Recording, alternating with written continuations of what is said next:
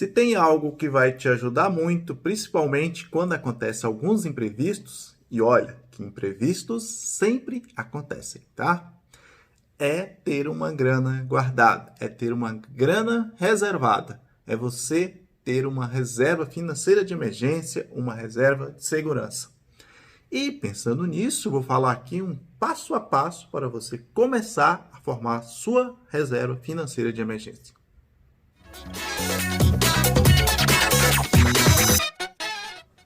Olá, olha eu aqui de novo. Eu sou o Jefferson Espíndola, criador do canal e do blog Dinheiro Sem Vergonha. É isso mesmo. Nosso assunto, nosso papo aqui é dinheiro sem vergonha. E antes de continuar, já aproveita e já se inscreva aqui no canal, curte aqui nosso vídeo, que eu quero continuar falando mais de dinheiro, dando boas dicas para que você faça menos besteira com o seu dinheiro, tá? Então, o assunto de hoje é sobre reserva de emergência, reserva financeira, reserva de segurança. Enfim, é você ter uma grana guardada para algum imprevisto. E aí vem uma questão que às vezes não tem muito consenso entre os próprios educadores financeiros.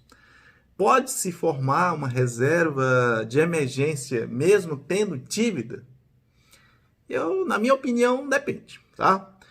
Pelo seguinte, se você tem uma dívida, por exemplo, financiamento de casa, e está dentro do seu orçamento, é uma dívida controlada, dá sim para se formar uma reserva de emergência.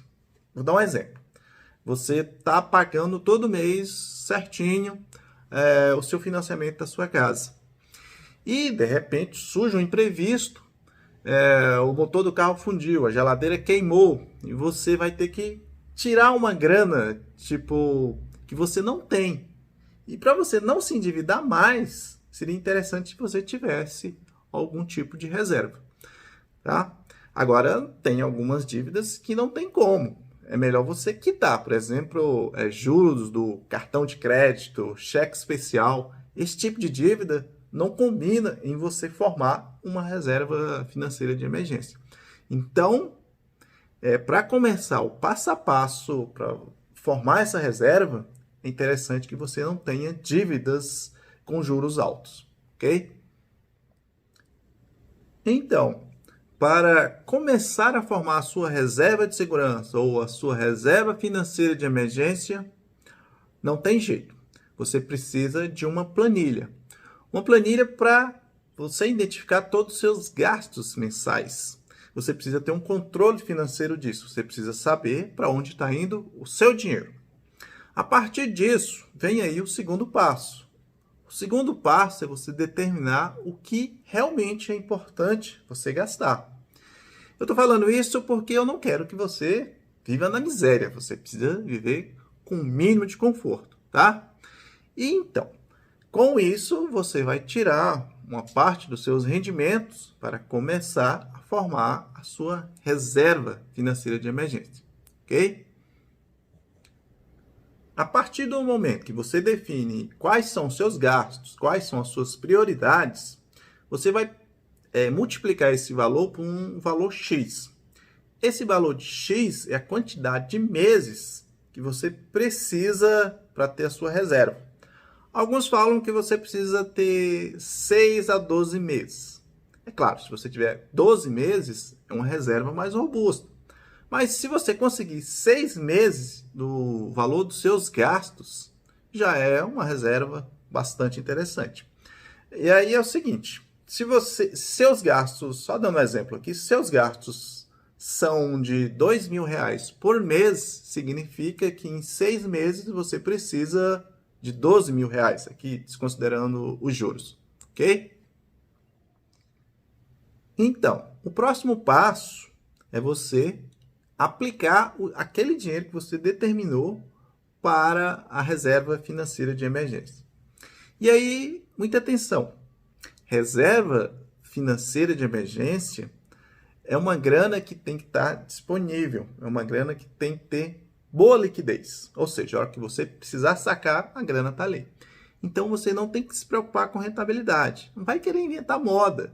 Reserva de emergência, a preocupação não é rentabilidade, e sim a disponibilidade de saque.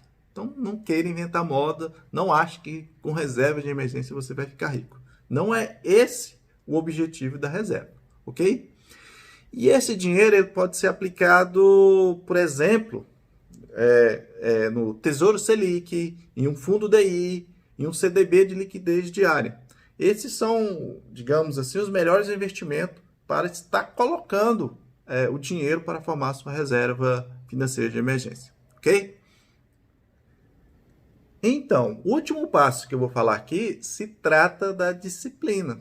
Pois é, você vai ter que ter disciplina para fazer os aportes mensais até você formar sua reserva. Isso significa o seguinte: se caso você... O ideal é que você só utilize a reserva quando você formar essa reserva. Mas caso você precise dela no meio do caminho, você vai ter que recompor. E aí vai ter que repetir todo o processo novamente. E eu vou dar um exemplo aqui.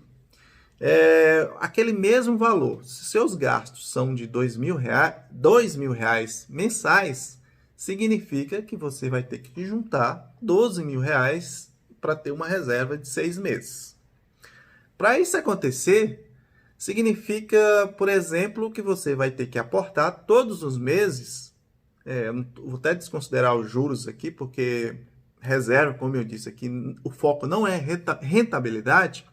Você vai ter que fazer aportes de R$250 durante 48 meses, ou seja, durante 4 anos, para que você possa estar formando a sua reserva. Então, tem que ter disciplina para que você possa alcançar esse objetivo, certo? Então, é isso. Esses aí foram os passos para que você forme a sua reserva. E caso você ainda não tenha começado a formar, basta seguir esses passos que você vai, sim, conseguir ter a sua reserva, ok? Isso é muito importante, isso ajuda muito, já me socorreu em muitos casos e imprevistos sempre acontecem, tá? Então, é de extrema importância você ter a sua reserva.